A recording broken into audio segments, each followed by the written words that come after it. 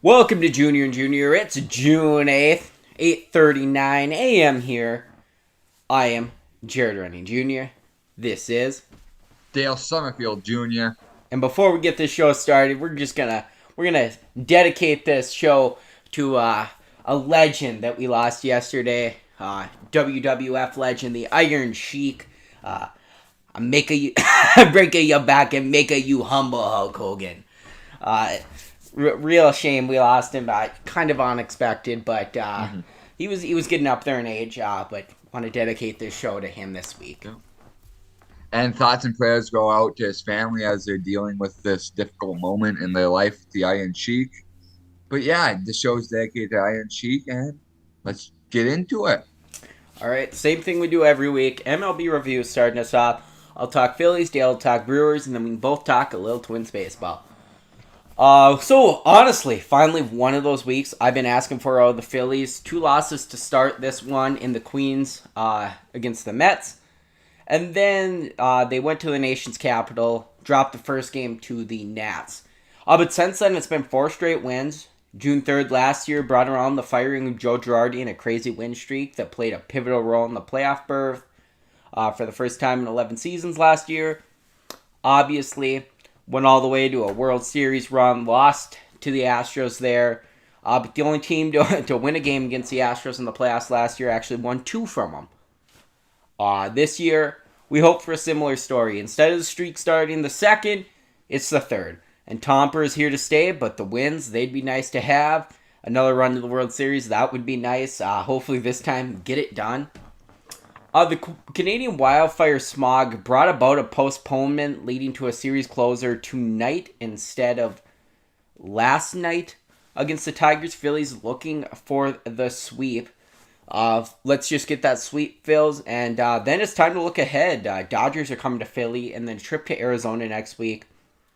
That's a couple of real good ball clubs out there in the NL West. Arizona, we best in the National League. That's going to be a few hard series, but we need those. You need the hard series. If they're going to be a good team now, I think they can beat the Dodgers in Philly. They realistically should have swept the Dodgers in LA. So in Philadelphia, I would expect a lot of the same. I mean, your home field instead of out there in LA. So hopefully that plays a good role into whatever the Phillies have cooking here against the Dodgers. But then Arizona, that's going to be rough to have to go out there. The way they're playing ball right now, hell of a ball club. I'm The just fight. surprised the players they got in Arizona. Like, it's ridiculous. Like, I mean, they got a couple players. Like, I think they got Lourdes Gurriel and they got a couple other names, but there's no big name over there, and they're just absolutely destroying it in the West. Yeah, I mean, hey, hats off to you, Arizona. Yeah. It's very impressive. Yeah, coming in this season, if somebody said, yeah, the Diamondbacks are going to have the best record in the National League at some point, I would say, I want what you're smoking. Yeah, right. But no, it's the truth. The Diamondbacks having a hell of a year, and that's good for them. Maybe not so good for a team that's going to be possibly in the hunt for a wild card, because I know the NL West is going to be a good division if the Padres figure it out. You got the Dodgers. But yeah, the Fightins, they currently sit at 29 and 32, 4th in the NL East. But we're climbing. We're doing a little rock climbing towards 500 again, and some boulders are falling, but we're ducking and dodging all the way. Yeah, I don't know. I think if the Phillies can continue off of this week, I think the sky is the limit. I think you need a huge June. In June, Kyle Schwarber is back. He hits home runs like they're nothing, like they're singles when it's June, and he's back doing that. And yeah, I think this team just really needs a very great patch of baseball right now, and I think that this is the month to do it. I think that if you do it now, you take the momentum into the All-Star break to start July. Hopefully you come out of the All-Star break a punching, and then when we get to the trade deadline, hopefully you're talking a buyer and not a selling team. But Based on comments from Dave Dombrowski when asked by Ken Rosenthal, he doesn't seem like he's going to sell. He sounds like he's pretty adamant not to do what he did with the Tigers. He's going to keep this roster together. They're going to try and win the World Series. And I love it. But Dale, tell us about another National League team, the NL Central Brewers. Yeah, so last we talked, it was June 1st. And I talked about how the Milwaukee Brewers had an atrocious month of May. Like, they looked terrible in the month of May. And I said, hey, here's June. Let's see if they can turn it around. And here's what they actually ended up doing. So, that the game they lost 3-1 in Toronto on that June 1st game. And then they go on and beat Cincinnati 3 out of 4. And then right now they've beat Baltimore the last 2 games, and they face them today at 1:10 p.m. And then they host the last place Oakland Athletics before they have an off day before they face off against the Minnesota Twins. But no, the Brewers, their wins, they've been looking like a good ball club again. They look like the team that, not the team to beat, but like the team they had in early April, where they were like 18-9 or whatever the record was at that time. They look like that team. Joey Wiemer's been seeing the ball well. Monstracio has been seeing the ball well. Adames just came back from the injured list and homered in his first at bat. So, yeah, I think May was just their month that they were struggling in. They had a number of injuries that occurred.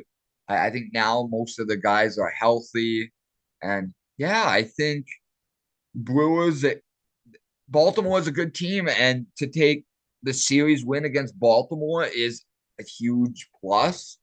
Right now they are currently a game and a half up against the Pittsburgh Pirates in the division. The Pirates have lost 2 straight, and they've lost 2 straight to Oakland. So it's going to be kind of not concerning, but be interesting to watch how the Brewers adjust and play the Athletics over the weekend series, because they're kind of on a hot streak. They've won the last 2 games, and see how many games they can take from Oakland. But yeah, overall, looking at it, Owen Miller, there's a lot of players here like Owen Miller, Joey Wiemer, I guess even like Luis Urias, couple other players, like not the huge big name guys, and some of the rookies like Monstracio, they're like they're making the Brewers better. Like, they're seeing the ball well, they're hitting the ball well. I think this is what the Brewers are hoping for with all the players. Like, at the one time when they were selling, like in 2015, 16, 17, like when they still weren't a playoff team and they were developing their farm, I think this is what they were hoping for, is that this year or this moment, like all their rookies or most of their rookies are up in the major. So I think they're really happy with where they're at right now. And yeah, I don't know if they'll be buyers or sellers at the deadline, but we'll wait and see what the rest of the month and what early July has to hold. Okay, well, yeah, don't look past those A's. Those A's coming off a series win against the Braves, rolling into Pittsburgh and taking care of business there too. Yeah, maybe they heard everything that people had to say about them. They said, "Nah, we want to win some baseball games." But transitioning from the NL Central to the AL Central, it was a rough week to be the AL Central in general, and the Twins were not the exception. A couple of wins against Cleveland gave them what?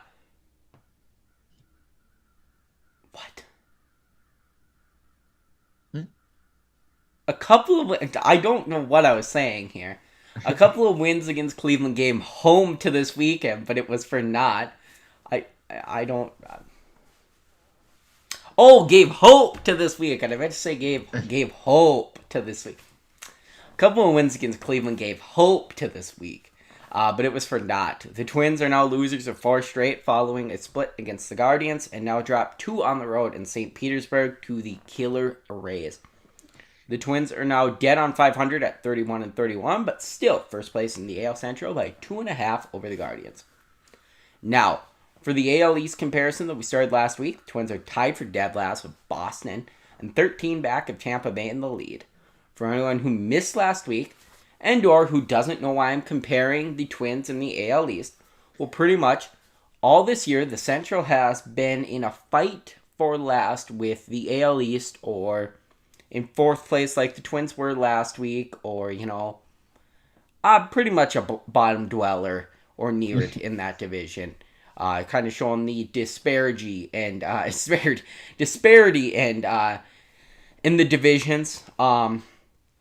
Talked about the statistic where the East is statistically the best division out of division, and primarily beats up on each other. So I just think it's a little fun comparison to do every week. As we talk the Twins and the lead of the Central usually, to check in on that. And I don't think it's fair to say usually. I think it's fair to say always. I don't think we've ever talked about the Twins being in second place yet. So, yeah. It's just a really weird but not surprising turn that the AL Central is staying towards the bottom of the East. I've talked about this for years, being a Phillies fan in the Wisconsin, Minnesota area and getting shit from Brewers fans when they're leading the Central, or from Twins fans when they're leading the Central, and me turning around and going, have you looked at our records? If we were in the Central, we would be leading. It's the division quality of what you play in does definitely affect you. You look at the Phillies last year, their two toughest playoff opponents were the Braves, who they went about 500 with, and the Mets, who they did not win a single game against last year. That's both NL East opponents. That's both common opponents in the division there that you're going to see a lot. And when that is a team that you got to face constantly and you just cannot catch a break against them, well, that's going to hurt your record.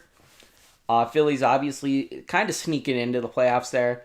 But I knew that they had a good chance because of the whole, they played every other team well. And yeah, it came into play there. Yeah, it's weird because I guess we never really look at divisions as a whole throughout the year, and how they really play into things there. But yeah, it's kind of interesting to do this little comparison here of the East and the Central, and see where every team falls in line. Mm-hmm.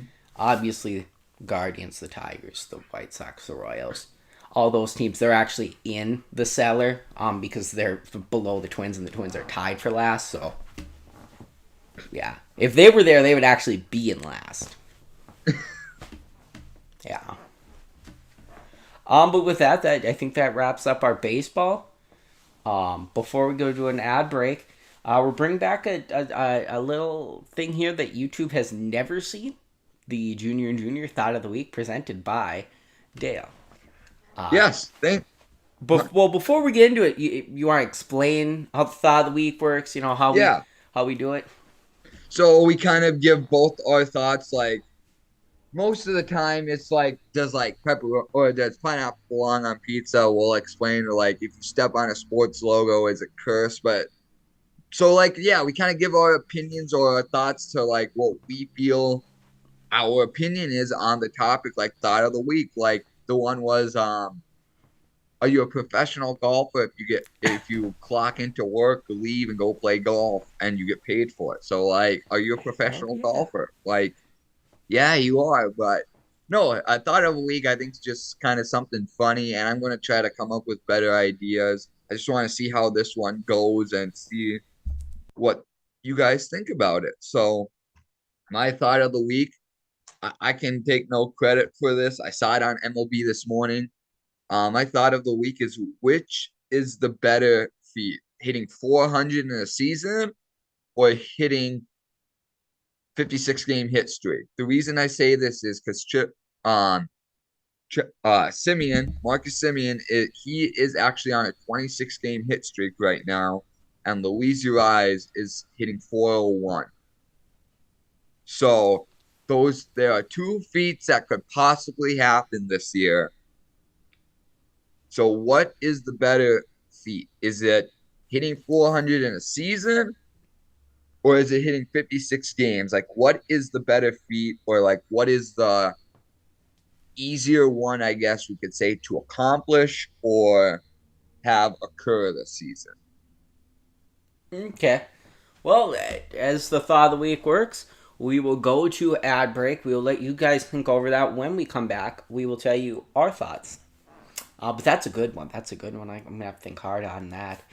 But we gotta go to ad break, which will give me time to think. Head over to tpublic.com/UMD Dogs Maniac to pick up the Phillies Nation collection. Phillies Nation Minnesota branch, Phillies Nation West Virginia branch, and Phillies Nation Pennsylvania branch. All 50 states soon to come.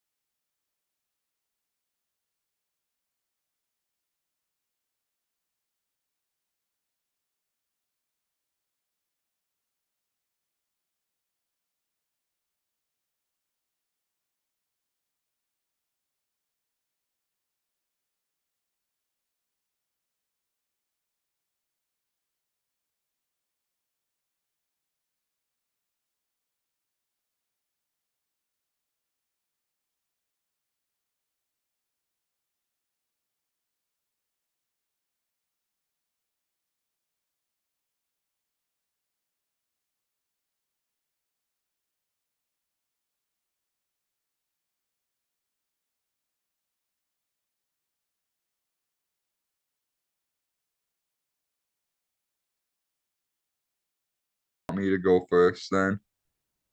Yeah, we're back, folks. Dale, you want to kick us off with what your thoughts are?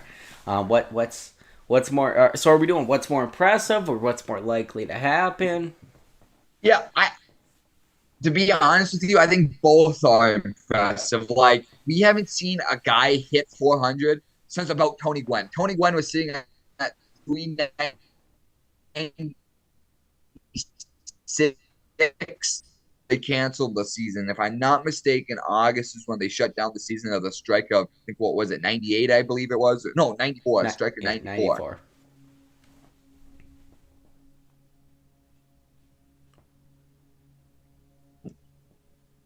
Did I lose you? No, it's just Okay, you're my cutting out a Wi-Fi's little back. bit. What were you saying? I apologize. Oh, I was just saying 94. I was just agreeing Yeah. with you. Okay, sounds good. Yeah, I wasn't sure. Yeah, we haven't seen a guy get close to 400 since 94 with Tony Gwynn. I feel like Tony Gwynn probably would have hit it back in 94 because Tony Gwynn was just probably the most pure baseball player there was out there. But no, before that, it hadn't happened since about I think the 1940s with Ted Williams. That's his record. Nobody has hit 400 in a season since then. And Luis Urias, what he's doing is so impressive on how consistent he is. He has not had a two strikeout game all season.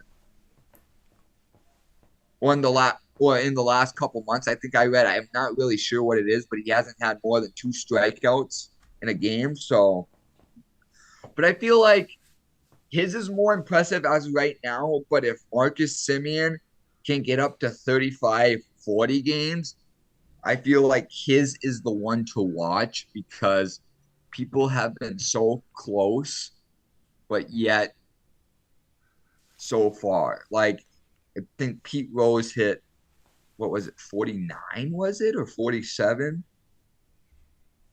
I know Pete Rose was super close to hitting it. Yeah.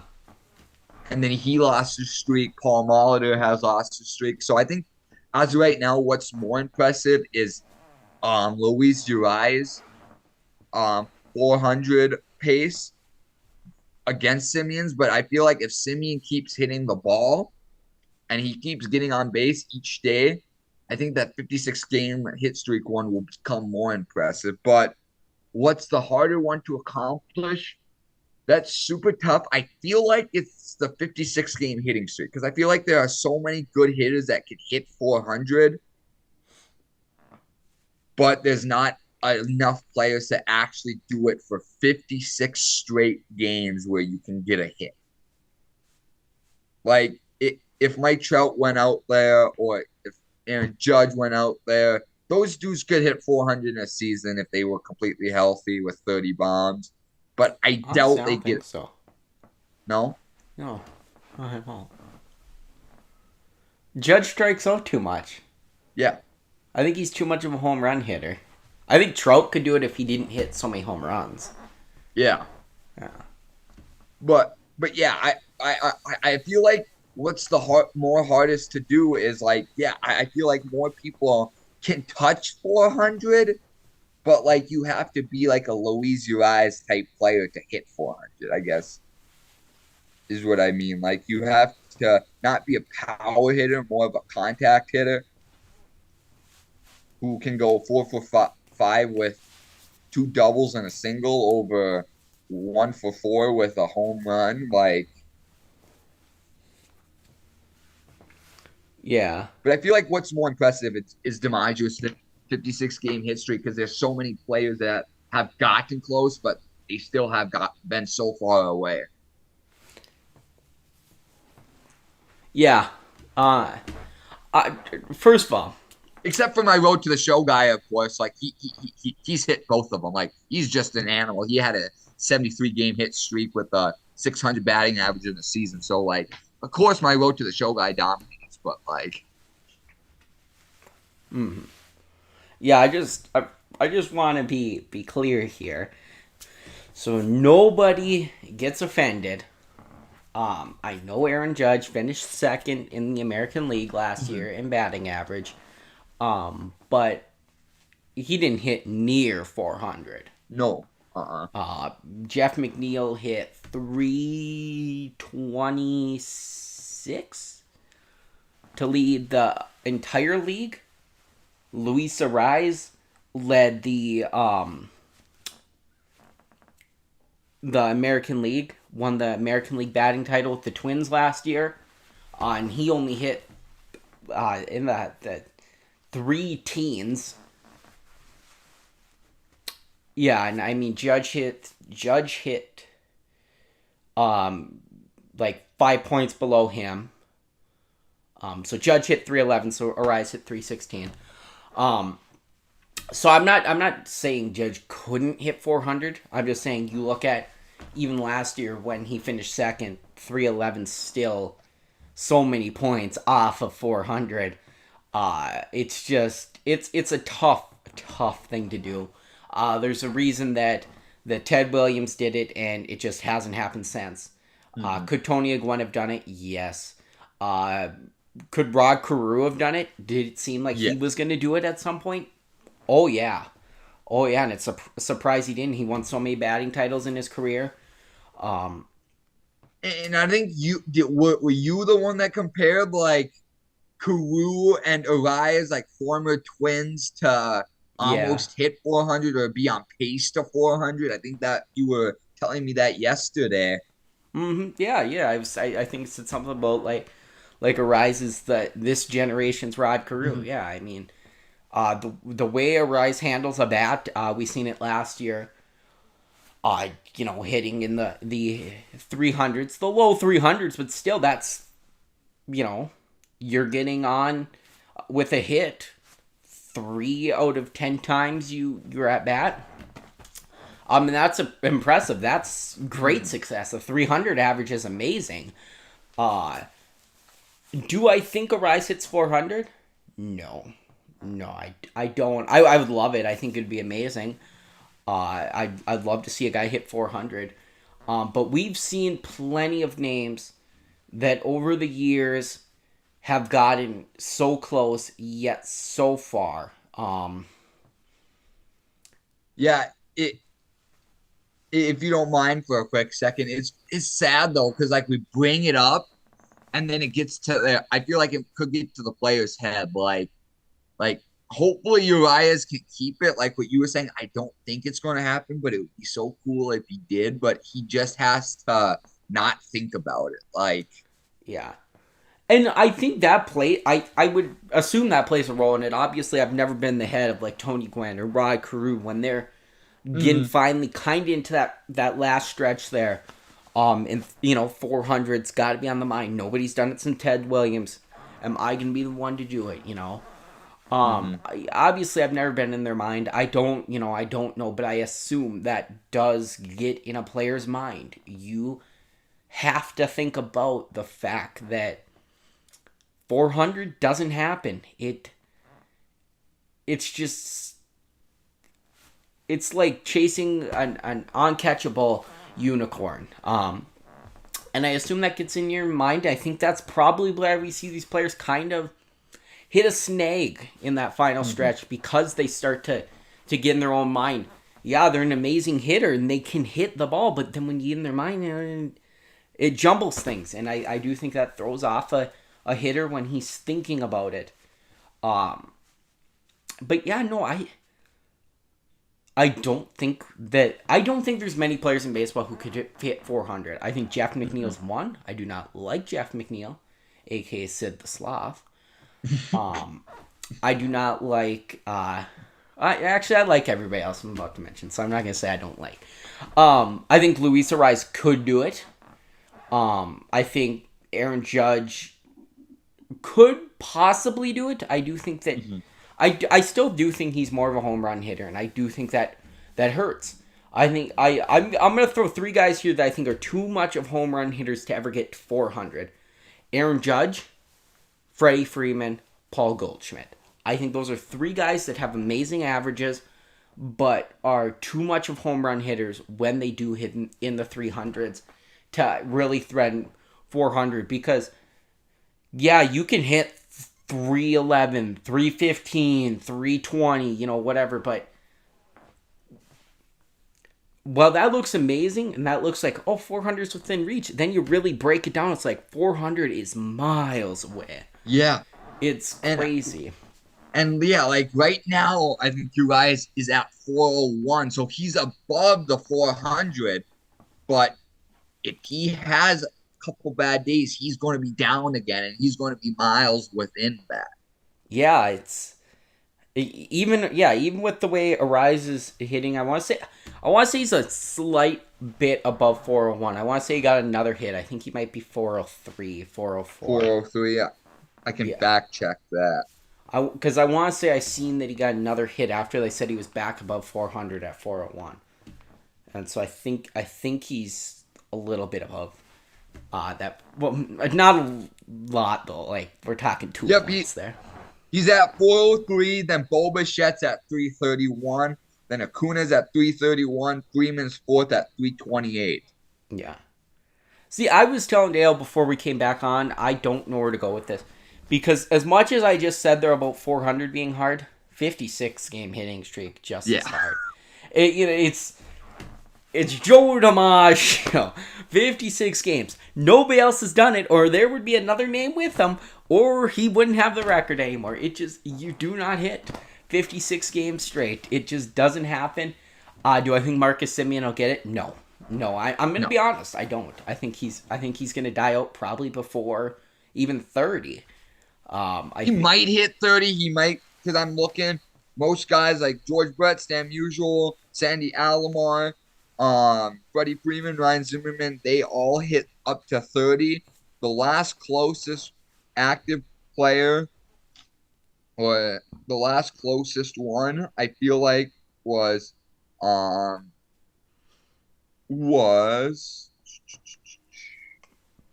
Jimmy Rollins back in 05-06. He had a 38 game hit streak.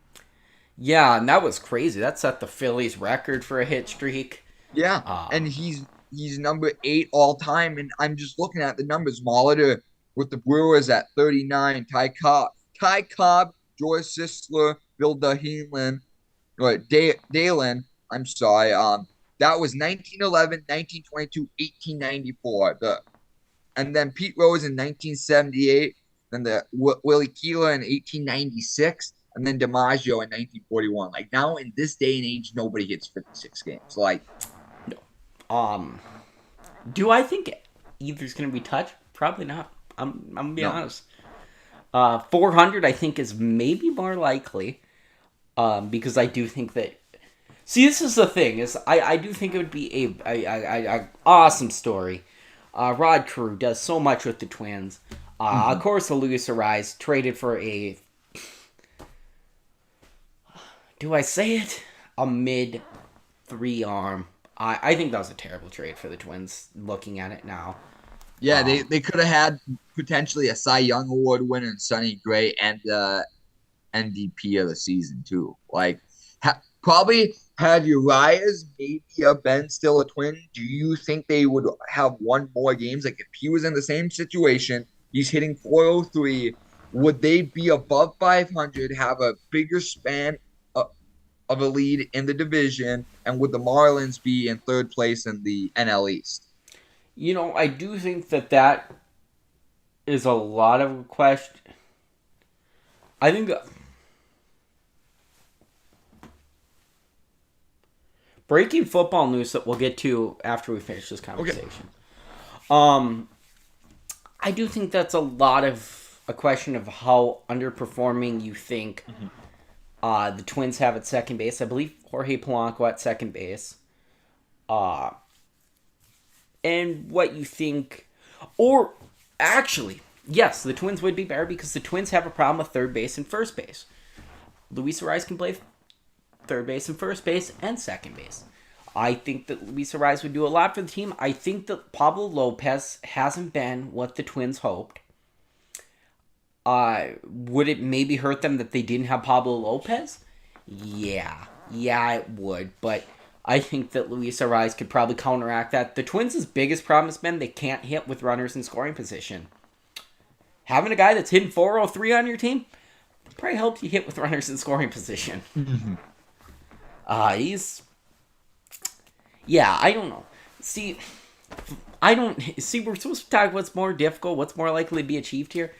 I think they're both damn right difficult.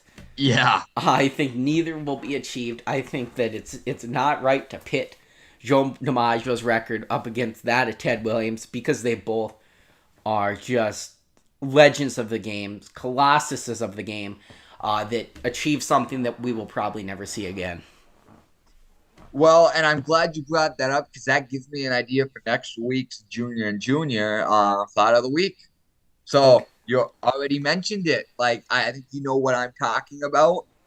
Yeah. Okay. Oh yeah. I got you. It'll be a fun conversation.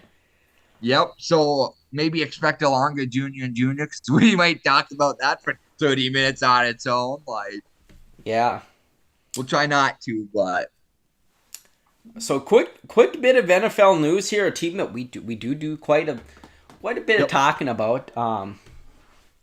Well, you do. Yeah, I mean, yeah, you can see the colors.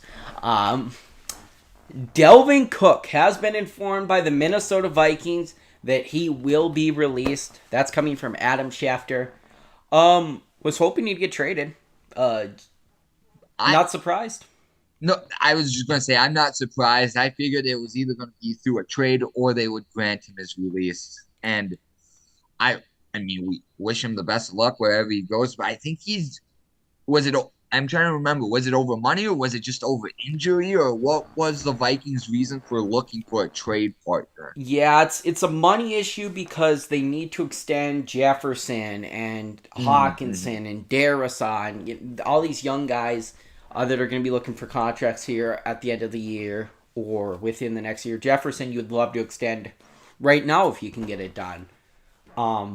But Delvin Cook, I'd obviously wish him the best. He's probably going to end up in Miami since he's made it abundantly clear that's where he wants to end his career. Back home in Miami, a Florida kid, went to Florida State for college. Drafted by the Vikings, tore his ACL year one.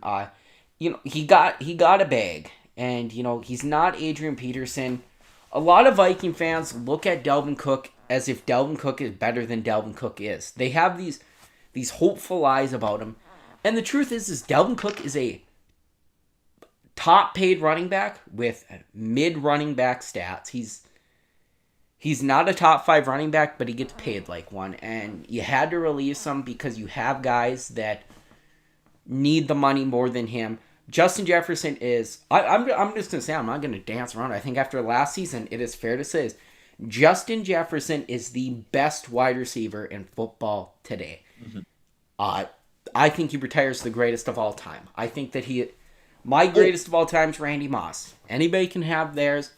Mine's Randy Moss. I think he passes Randy Moss. I think what Chris Carter and Randy Moss have already said about him says a lot about him.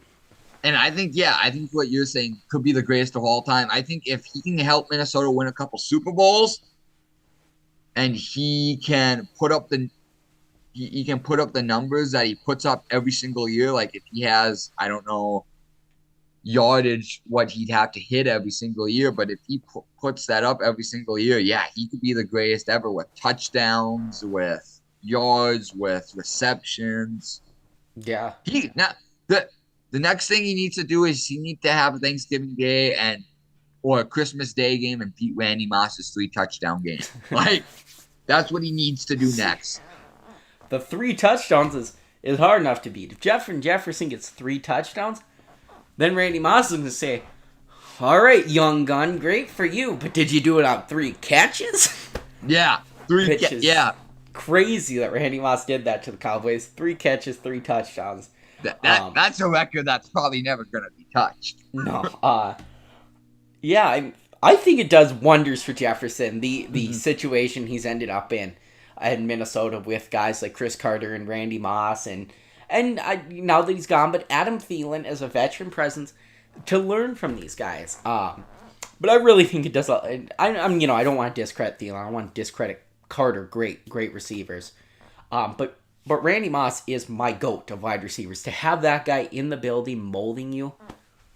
Well, to be honest with you, too, I think the Vikings, there's always those teams that can develop the best players. Like, you know how Green Bay has had Favre, Rodgers, Starr. Like, they're good at, like, developing or having good quarterbacks. Minnesota's great at having wide receivers. Like, you look at it, like, Thielen, Jefferson, Moss, Carter, like. Look at the steals they've gotten on receivers. Randy Moss, granted, problems outside of football. Everyone knew Randy Moss was Randy Moss. But he falls down there. I believe it's 21. Yeah, I think 21, Falls down there. Denny Green tells him, if you're available, I'm going to pick you. He follows through on that, finds the greatest receiver of all time. Granted, most of his career was not spent in Minnesota. Problems with Denny Green. He gets fired. Moss forces his way out because that was the guy that believed in him. That's the guy who gave him his chance. Okay. Comes back. He's a Vikings legend. Number 84 should be retired. It's bullshit. It's not. It honestly is. Randy Moss deserves 84 retired. But yeah, Chris Carter gets released by the Eagles. Vikings get him for $100. Absolute steal. Probably top 5 greatest Vikings receivers of all time. Yeah, and then Justin Jefferson. Mm-hmm. The 2020 draft.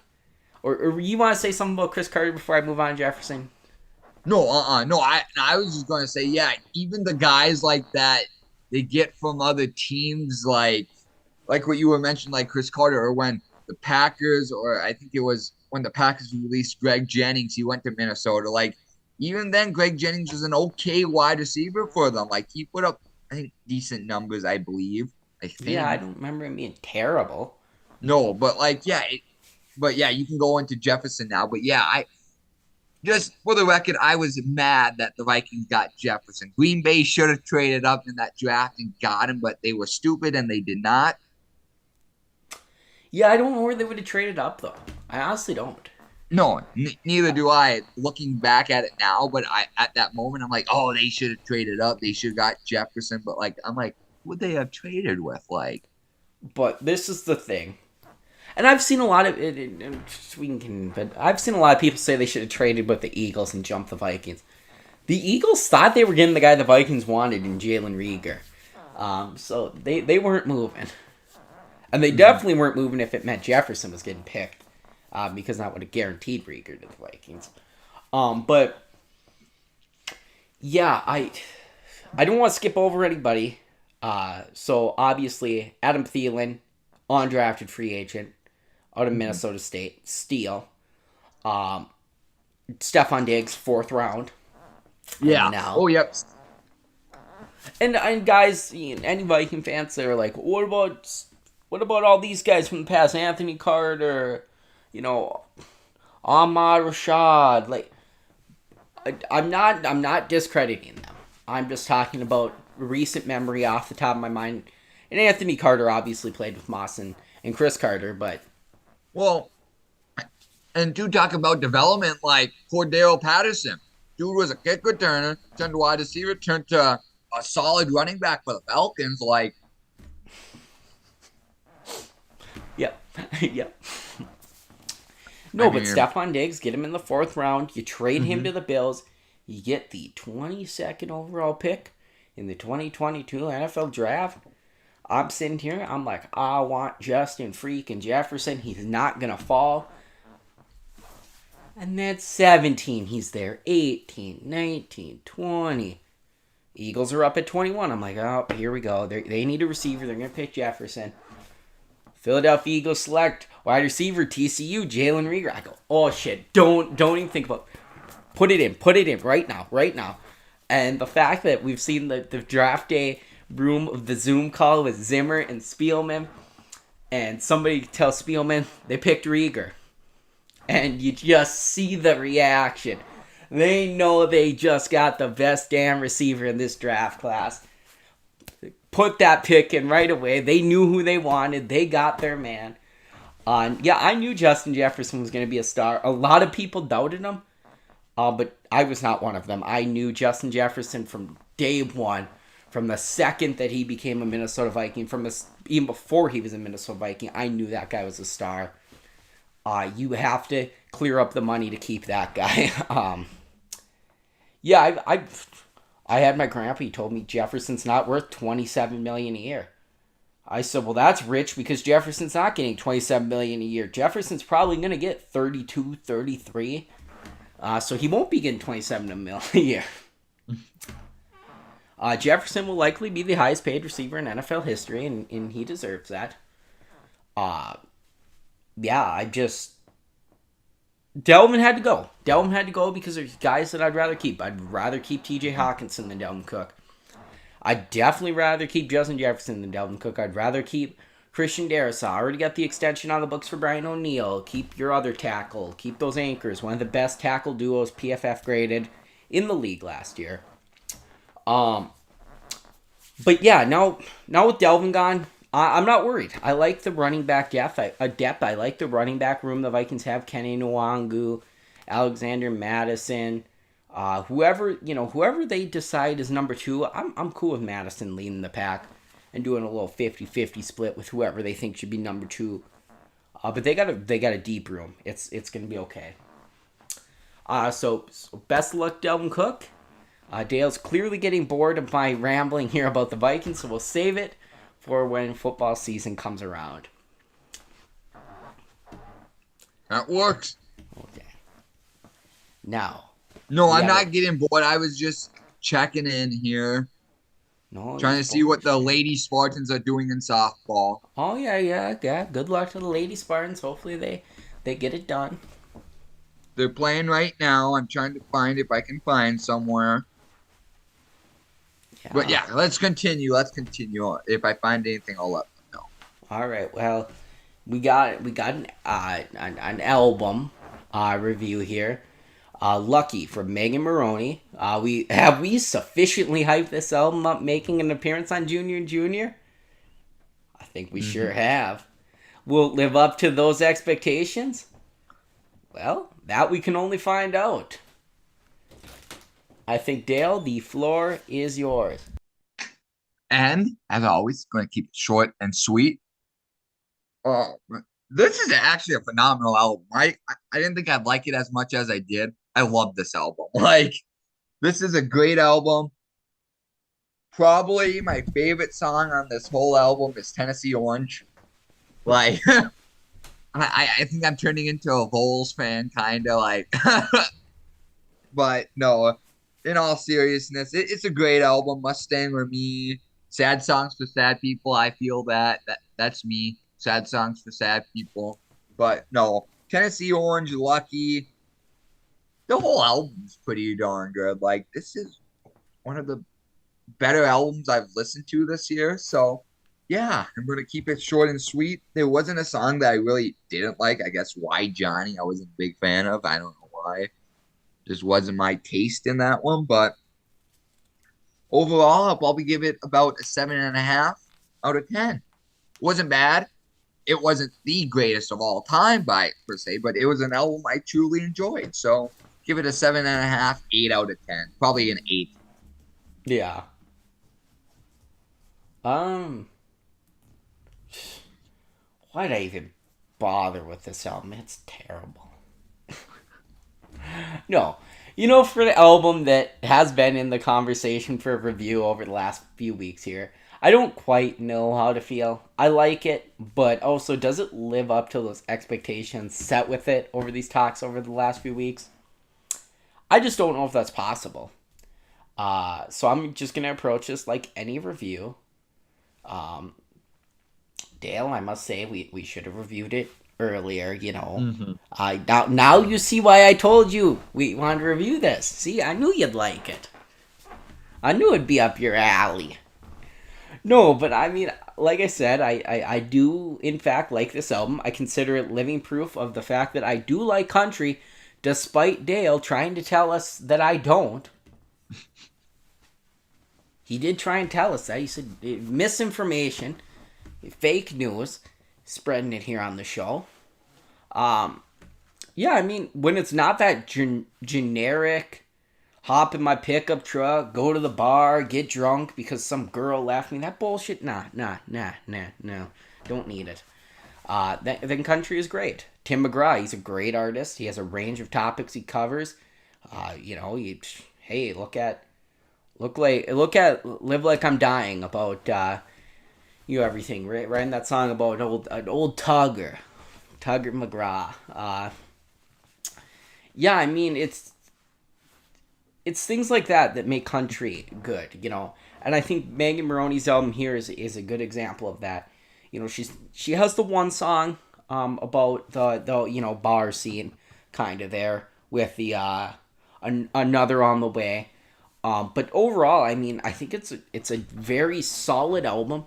I don't think it's stereotypical country. I think it's a very good country song, or very good country album. I don't think there's anything bad on it, Dale, really, yeah. I mean, my least favorite was Lucky. I didn't think it was bad. I just didn't love it. The rest of the album, though, I'm Not Pretty. It's a good starting track. Mm-hmm. Trader Joe, I really like that song. I liked it before this review. Yeah, that's top 3 for me. My number 1 song, though, I hate when we have the same number 1 song. It's Tennessee Orange. That's the best song on this album. It's not a question. It seems like any Tennessee song is so good. Yes. Yeah, I Hate Alabama. That's kind of a little Tennessee-like. Yeah, right? Yeah. Tennessee Orange is the best song on this album. It's not a question. I don't know. There's something about it. It's just the sound of it. I think it stands out above the rest of the album. Even though I think the rest of the album is good, I think that stands out. And that's like, whoa, what? This song? That's on this album? Huh? I don't know. I like it. I think it's a very good album though. Yeah, I don't know. I don't really think there's anything bad. Yeah, it's a solid 8, high 8. Yeah, very good. See, it's not like the greatest of all time, but it's not bad at all per se. It's like one of those good, great albums. Yeah, it's firmly in the very good to almost great area. It's It's not bad. It's not the greatest. It's very, very good, though. Yeah. And next week, we got an album. Dale does not know what our album is next week. No. I didn't even know what our album was next week until I realized this album comes out tonight. It was supposed to actually be in 2 weeks when I first seen. So next week, we're going to review the newest album from rock group Extreme 6. For anybody that doesn't know who Extreme is, they have this little vocalist. His name's Gary Sharon. Extreme's the best band he's ever been in. He totally didn't release an album and really should have gotten more of a chance with a different band whose initials are VH. Van Halen 3 is not a bad album. I think Gary Sharon, with another chance, could have put out a better album. He's not that bad. So we're going to talk Extreme. And yes, Gary Sharon is the lead vocalist for Extreme. That is why we are doing it. Yeah. And it works because we got Crank It Up this week. That's why we did a country album. Dale? Well, and you have some news, too, on what happened. I believe it was Monday or Tuesday. You have some news. I think you should share it. Some music news? You want me to share that? Yeah. Oh, little old me? Yes. Oh, okay. Well, folks, if you guys were hoping to get anything out of me this weekend, I'm sorry. I will be unavailable Saturday, as I have to go down to I have to go down to Fulton, Minnesota. I got a concert to see. As I may have won tickets to go see one of my favorite bands, Stormbreaker, open for Warrant. If you guys don't know who Warrant is, I ask, have you been under a rock? Yeah. That would be me. You really don't know Warrant. Cherry Pie, Heaven. I know. Yeah, I know. Oh, I was gonna be. You seriously don't know Warrant? No. Yeah, I won some tickets this week to go see one of Stormbreaker's last 2 shows. They get 2 last shows here. Then they're gonna go on hiatus, move. But they got an EP coming out before that. I'm sure we'll talk the EP on the show. But yeah, got a message from the guitarist of Stormbreaker. Won a pair of tickets. Stormbreaker announced it on their Instagram, and yeah, it's gonna be great. Got to go 4 hours south to see it, but hey, it's worth it to see Stormbreaker one last time. I can't see them in their last show because it's a 21 plus show, so that sucks. But hey, if you guys haven't seen my top 11 rock artists, go watch it. If you haven't seen Dale's top 11 country artists, we're going to have to wait till next Tuesday. But go watch it when it comes out. Turn on the subscribe. Turn on the notifications. And please watch it. Like, I want some views on my episode, please. If Dale don't get views on his episode, we're going to cut him. We're going to fire him. Yeah. He's on I'd be out of a job. Yeah. I don't even get paid. Yeah, you don't want Dale to lose his gig here. So, watch his top 11 country artists before he gets booted by me. And I mean by the higher ups. The higher ups that tell us what to do. Yeah. But I don't know if we're closing out the show, but I want to let everybody know the Lady Spartans are leading after 4, 6-1. Emma Ray just hit a home run in the bottom of the 4th that made it 4-1, and then I'm not sure what happened after that, but it became 6-1 Spartans. Roll Lady Spartans. Roll Lady Spartans. Here, Great season they're having, 25-0. Roll Lady Spartans. There you go. There's my Spartans hat. Okay. Yeah, we are closing out the show. We only got a few minutes left here. Long show this week, folks. Long show. Sorry about that. We don't like giving you a long show. No. It was a good topic, though, this week. I felt like it was a really great conversation that we had. Yeah, so much to talk about. That's what extends the show. Yeah. And you know, what can you do? If there's a lot to talk about, you gotta talk. Mm-hmm. I like talking. Yeah. All right, folks. We will see you next week, right back here, 8:30 a.m. Central Standard Time, Junior. If you watch the WWE 2K Universe Series, new episode coming out tomorrow at 1:30 p.m. right here, Dogs Maniac Entertainment. As I mentioned, watch Dale's Crank It Up. Top 11 country artists coming out next Tuesday, 1 o'clock, I think. Don't know. Maybe 1:30. And yeah, that's it, folks. I've been Jared. And I've been Dale. And we've been Junior